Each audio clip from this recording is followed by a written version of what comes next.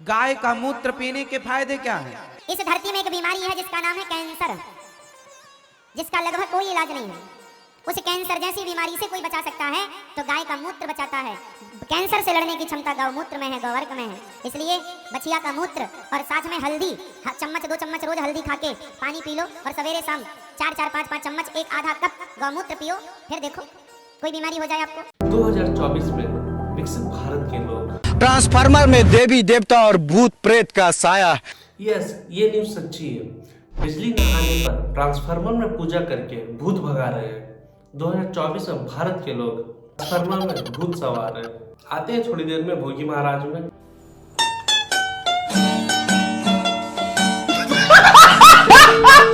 पहले इस केस से स्टार्ट करते हैं। करीब 4 महीना पहले जुलाई में यूपी में एक बाबा जी का सत्संग रखा गया था, जिसमें 80,000 लोग आने वाले थे, लेकिन उसमें 80,000 लोग नहीं आए। करीब 2.5 लाख से ज्यादा लोग एक ही जगह पर आ गए। ये सत्संग था सूरजपाल सिंह का, AK नारायण साकर हरि भोले बाबा, जिनका पास्ट में सेक्सुअल असॉल्ट और क्रिमिनल केसेस भी रह चुके हैं और वो जेल भी जा चुके हैं। सत्संग के बाद जब बाबा जी सत्संग से निकल रहे थे तो एक बहुत बड़ा भीड़ आपस में धक्का मुक्की करने लगा। पता है क्यों? उनके पैर की धूल लेने के लिए। वहाँ खड़े 2.5 लाख लोगों का मानना था कि अगर हम बाबा के पैर की धूल को छू भी लेंगे तो हमारा जीवन सफल हो जाएगा। तो पैर की धूल लेने के लिए 2.5 लाख लोगों में भगदड़ मच जाती है, जिसमें 121 लोगों की जान चली जाती है। ये कोई सिविल वॉर, जलियांवाला बाग या फिर आतंकी हमला नहीं था जिसमें 121 लोगों की जान चला गया। एक सत्संग में 121 लोगों की जान चला गया। क्यों? क्योंकि वो बिलीव करते थे कि बाबा की पैर की धूल ज़्यादा जरूरी है। आज के दौर में जब हम AI, ChatGPT और विकसित भारत के बारे में बात कर रहे हैं, एट द सेम टाइम हम ये भी कर रहे हैं, लेकिन क्या आप ये सोचकर हैरान हो रहे हैं कि 2.5 लाख लोग एक ही जगह पर कैसे आ गए? तो आपका ये जानकर होश उड़ जाएगा कि पटना में बागेश्वर बाबा का सत्संग रखा गया था। उस पर 10 लाख लोग एक ही जगह पर, एक ही ग्राउंड पर इकट्ठा हो गए थे। बाद में और लोग बढ़ने के कारण ओवर क्राउडिंग की वजह से उस सत्संग को बंद करना पड़ा।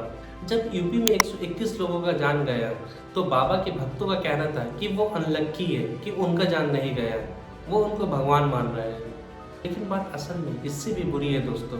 भारत के नौजवानों को, बच्चों को बचपन से ही साधु बना दिया जा रहा है। भारत के छोटे छोटे बच्चे इन चीज़ों में अपनी पूरी जिंदगी बर्बाद कर रहे हैं।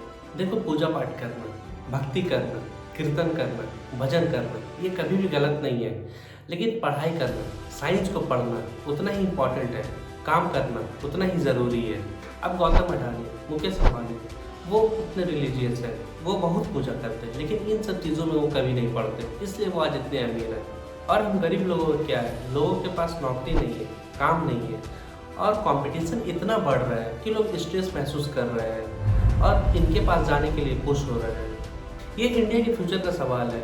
एडुकेशन से लेकर अनएम्प्लॉयमेंट तक, अमीरी से लेकर गरीबी तक, भक्ति से लेकर अनभक्ति तक, पॉलिटिक्स से लेकर हिंदू मुस्लिम तक, ये सब चीज़ जुड़ी हुई है इस खेल से। जब गरीब या मिडिल क्लास में कोई पैदा होता है तो उनके पास बहुत सारे प्रॉब्लम्स होते हैं कंपेयर टू अमीर लोग। तो पैसे नहीं तो प्रॉब्लम्स बढ़ेंगे, और प्रॉब्लम्स बढ़ रहे हैं और आपको पता नहीं कि प्रॉब्लम्स को हैंडल कैसे करना है, जिससे आपका स्ट्रेस बढ़ेगा।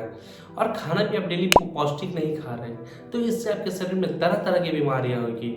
और जब एक इंसान को सारी समस्याएं चारों तरफ से घेर लेती है तब वो डर जाता है, तब वो सोचता है कि कोई चमत्कार हो, कोई तो शॉर्टकट मिल जाए, और ठीक उसी चीज का फायदा उठाते हैं हमारे ग्राउंड के बाबस और मौलाना। आइए कुछ साइंटिफिक ज्ञान की बातें सुनते हैं। सबसे पहले आईफोन वाला। एप्पल का आईफोन दुनिया भर में इस्तेमाल होता है, लेकिन सवाल है कि ये नाम कहां से आया। संत हुए हैं हमारे भारत में बड़े दिव्य, नीम करोली वाले बाबा जी। उनके पास एक शिष्य आया अमेरिका का। उसने बोला, गुरुजी हम कोई फैक्ट्री डालना चाहते हैं, बताओ क्या उसका नाम हो और क्या। तो महाराज जी के पास वहां एक एप्पल रखा हुआ था, सेब।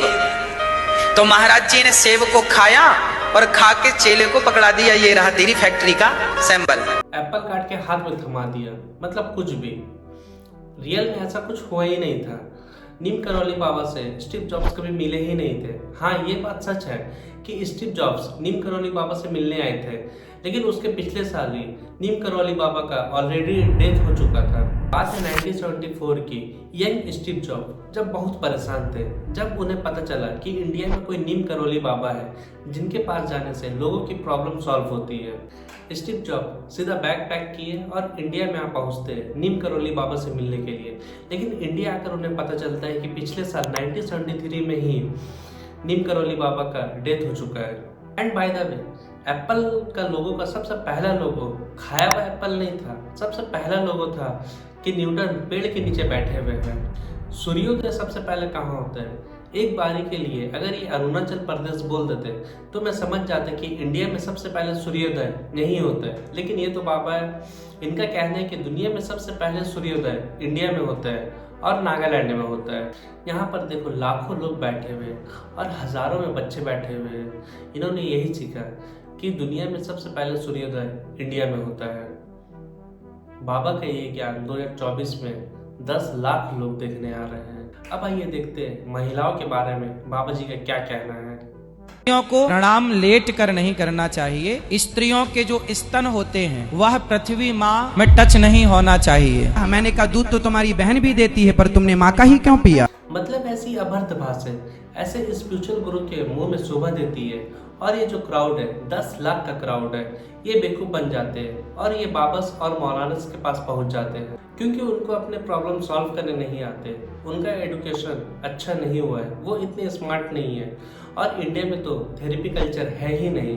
लेकिन मैं सबको गलत नहीं बोल रहा, बहुत सारे बाबा और मौलाना अच्छे भी होते हैं जो सही एडवाइस देते हैं, लेकिन ज़्यादातर मिसलीड हो रहा है। रावण से फोन कॉल में बात करना। एक बार तो बाबा ने रावण से फोन पर बात करने का दावा भी कर दिया है। मुझे तो बस ये जानना है कि रावण कौन सा सिम यूज करता है। सच में यार, इनको सुनने के लिए 10 लाख लोग आ रहे हैं। एक बार हमारी रावण से बात हुई, हमने कहा क्यों दशानंद जी माय डियर कैसे हो? उन्होंने कहा हेलो बागेश्वर वाले बोल रहे हैं। हम कहा जी, हम कहा भैया कैसे हो? हमने बुंदेली में बात करी, रावण ने भी हमसे बुंदेली में बात की। हम तो ठीक है भैया। लेकिन ये ऐसे ही नहीं हो जा रहा है। ऐसे लोगों का ट्रस्ट बिल्ड करने के लिए कुछ लोगों को पैसे देकर बुलाया जाता है और ये सब मिलकर हजारों लाखों लोगों को बेवकूफ बना रहे हैं। काफी मजेदार शो होता है। मुझे ये रिसर्च करने टाइम पता चला। मैं तो कहूंगा कि कभी आप नेटफ्लिक्स छोड़कर इनका शो देख लो, कसम से पैसा वसूल शो होता है। और हाँ, अगर आपको भगवान का नंबर चाहिए तो इनसे ले लीजिए। भगवान का मोबाइल नंबर है 99 36 तमाम 032। अभी मजा आएगा ना भिड़ो।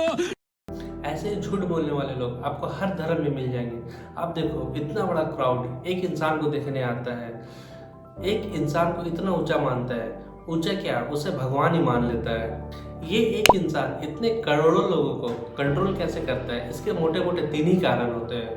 फर्स्ट, पेड लोग। सेकंड, दिल जीतने वाला चैरिटी या आश्रम में खाना खिलाना। थर्ड, मेंटलिज्म या मैजिक।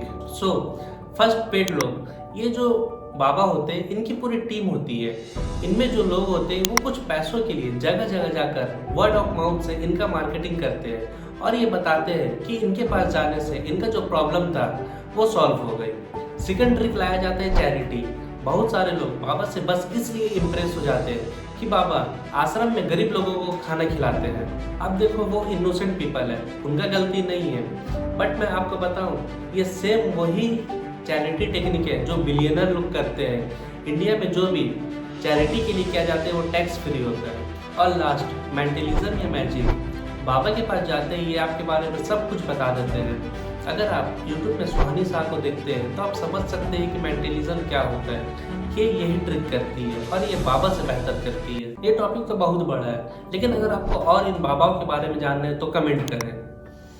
आज के लिए बस इतना ही, मिलते हैं फिर नेक्स्ट वीडियो में।